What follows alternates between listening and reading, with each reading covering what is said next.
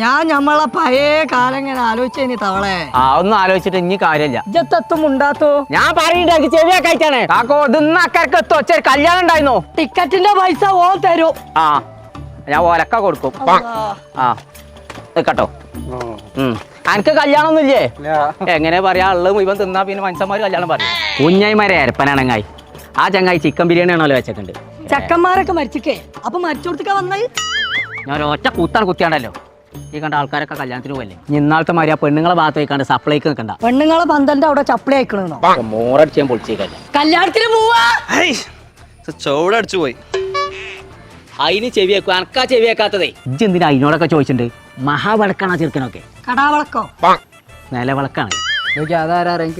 അതാരാ അറിയാത്ത നമ്മുടെ തവളി നീർക്കോലി. അങ്ങോട്ടൊന്ന് നോക്കാം. എന്തോ ചുറ്റിക്കളി ഉണ്ട് അവിടെ. കുട്ടിക്കളിയോ? വലിയ മനുഷ്യന്മാരാണ് കിഡ്സാണ്. തൂക്കി പിടിച്ചിക്കേ. കഞ്ചാവാണ് അതൊക്കെ തന്നെ.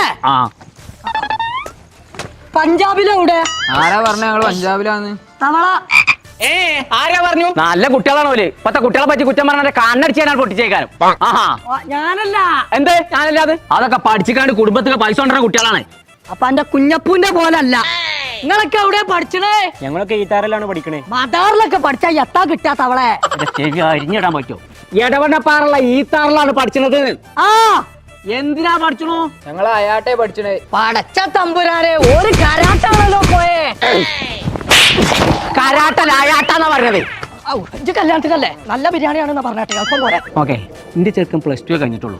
ഓനപ്പം നിങ്ങൾ പഠിച്ചോടുത്ത് പഠിപ്പിച്ചാൻ പറ്റുമോ? പറ്റുവേ. അവിടേക്ക് +2 ക്വാളിഫിക്കേഷൻ മതി. എന്നാ അതാ നല്ലത്. നിങ്ങളൊക്കെ നടത്താൻ കാണുമ്പോഴേ അസൂയ തോന്നാണ്. കല്യാണത്തിന് പിന്നെ പോവാ. ഓൻ ആദ്യം കൊണ്ട് ഞാൻ ചേർക്കട്ടെ.